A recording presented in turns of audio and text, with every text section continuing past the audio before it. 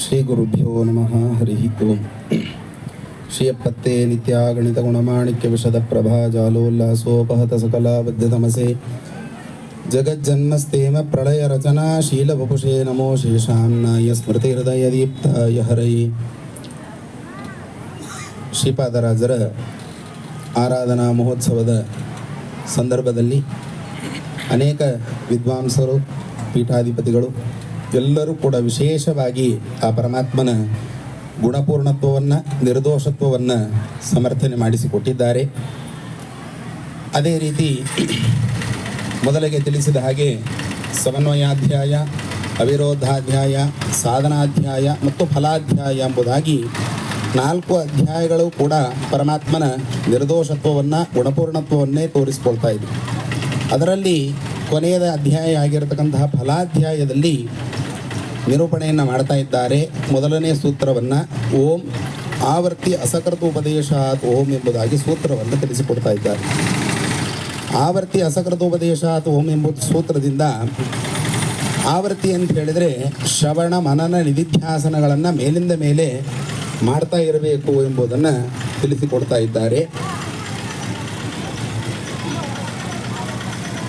ಶ್ರೀಪಾದಂಗಳವರು ಆಗಮಿಸ್ತಾ ಇದ್ದಾರೆ. ಇದು ನಮ್ಮ ದೊಡ್ಡ ಸೌಭಾಗ್ಯ.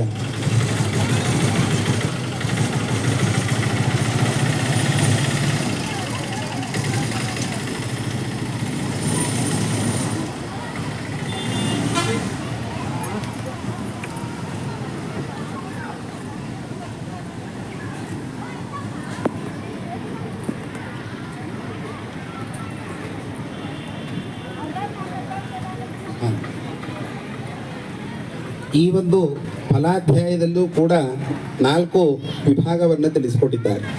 ಕರ್ಮಕ್ಷಯ, ಉತ್ಕ್ರಾಂತಿ, ಮಾರ್ಗ ಮತ್ತು ಭೋಗ ಎಂಬುದಾಗಿ ಅದನ್ನು ತಿಳಿಸಿಕೊಡ್ತಾ ಇದ್ದಾರೆ. ಕರ್ಮನಾಶಾಖ್ಯ ಫಲಂ ಎಂಬುದಾಗಿ ಮೊದಲಿಗೆ ತತ್ವಪ್ರಕಾಶಿಕಾದಿ ಗ್ರಂಥಗಳಲ್ಲಿ ತಿಳಿಸಿಕೊಟ್ಟಿದ್ದಾರೆ. ಹಾಗಾಗಿ ಆವರ್ತಿ ಅಂದರೆ ಒಂದಾವರ್ತಿ ಮಾಡೋದರಿಂದಲೇ ನಮಗೆ ಸ್ವರ್ಗಾದಿ ಫಲಗಳು ಆಗ್ತಿರಬೇಕಾದ್ರೆ ಶ್ರವಣ ಮನನ ನಿಧಿಧ್ಯಾಸನ ಇವುಗಳನ್ನು ಯಾಕೆ ಮಾಡಬೇಕು ಅಂತ ಪೂರ್ವ ಪಕ್ಷವನ್ನು ತಿಳಿಸಿಕೊಡ್ತಾ ಇದ್ದಾರೆ. ಒಂದಾವೃತ್ತಿ ಮಾಡುವುದರಿಂದ ನಮ್ಮಲ್ಲಿರುವಂತಹ ಅಜ್ಞಾನಾದಿಗಳು ಪರಿಹಾರ ಆಗೋದಿಲ್ಲ. ಹಾಗಾದರೆ ಆವರ್ತಿ ಅಸಕೃತ ಅಂತ ಹೇಳಿದ್ದಾರೆ. ಅಸಕೃತ ಅಂದರೆ ಮೇಲಿಂದ ಮೇಲೆ ಶ್ರವಣವನ್ನು ಮಾಡಬೇಕು, ಶ್ರವಣವನ್ನು ಮಾಡಿದ್ದನ್ನು ಮನನ ಮಾಡಬೇಕು, ಮನನ ಮಾಡಿದ್ದನ್ನು ನಿಧಿಧ್ಯಾಸನವನ್ನು ಮಾಡಬೇಕು. ಹೀಗೆ ಆ ಪರಮಾತ್ಮನ ಬಗ್ಗೆ ತಿಳಿದುಕೊಳ್ಳುವಂತಹ ಸಾಮರ್ಥ್ಯವನ್ನು ಇಲ್ಲಿ ಫಲಾಧ್ಯಾಯದಲ್ಲಿ ತಿಳಿಸಿಕೊಟ್ಟಿದ್ದಾರೆ. ದೃಷ್ಟಾಂತಕ್ಕೆ ಉದ್ದಾಲಕರು ತಮ್ಮ ಮಗನಾಗಿರ್ತಕ್ಕಂಥ ಶ್ವೇತಕೇತುವಿಗೆ 9 ಬಾರಿ ಬ್ರಹ್ಮನ ಬಗ್ಗೆ ಉಪದೇಶವನ್ನು ತಿಳಿಸಿಕೊಟ್ಟಿದ್ದಾರೆ. ಹಾಗಾದರೆ ಒಂದಾವೃತ್ತಿಯಿಂದಲೇ ಹೇಳ್ಬೋದಿತ್ತಲ್ಲ, 9 ಬಾರಿ ಯಾಕೆ ಹೇಳಿದರು ಅಂತ ವಿಚಾರ ಮಾಡಿ ನೋಡಿದರೆ ನಮ್ಮಲ್ಲಿರುವಂತಹ ಅಜ್ಞಾನಾದಿಗಳು ಹೋಗೋವರೆಗೂ ಕೂಡ ಭಗವಂತನ ವಿಶೇಷವಾದ ಜ್ಞಾನ ನಮಗೆ ಬರೋವರೆಗೂ ಕೂಡ ಆವೃತ್ತಿ ವ್ರೀಹವಘಾತಾದಿ ಅಂತ ಅಲ್ಲಿ ಸುಧಾದಲ್ಲಿ ಕೂಡ ತಿಳಿಸಿಕೊಡ್ತಾ ಇದ್ದಾರೆ.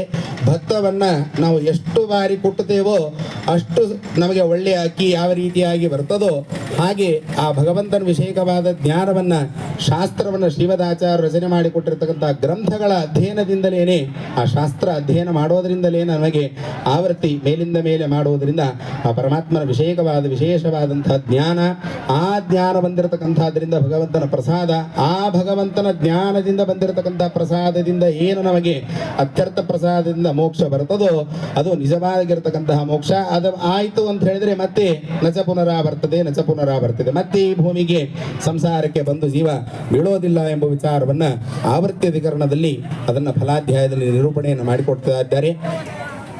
ಇವತ್ತಿನ ದಿವಸ ಅತ್ಯಂತ ಶ್ರೇಷ್ಠ ಇತಿಗಳಾಗಿರ್ತಕ್ಕಂತಹ ಮೊಟ್ಟ ಮೊದಲನೆಯ ರಾಜರಾಗಿರ್ತಕ್ಕಂತಹ ಶ್ರೀಪಾದರಾಜರು, ವ್ಯಾಸರಾಜರು ಮತ್ತು ವಾದಿರಾಜರು. ನೋಡಿ, ಈ ರಾಜರು ಹೆಸರು ಇವರು ಯಾರಿಗೂ ಕೂಡ ಶ್ರೀಪಾದ ತೀರ್ಥರು ಅಂತ ಹೇಳೋದಿಲ್ಲ, ಇವರು ಶ್ರೀಪಾದ ರಾಜರೋದೇ.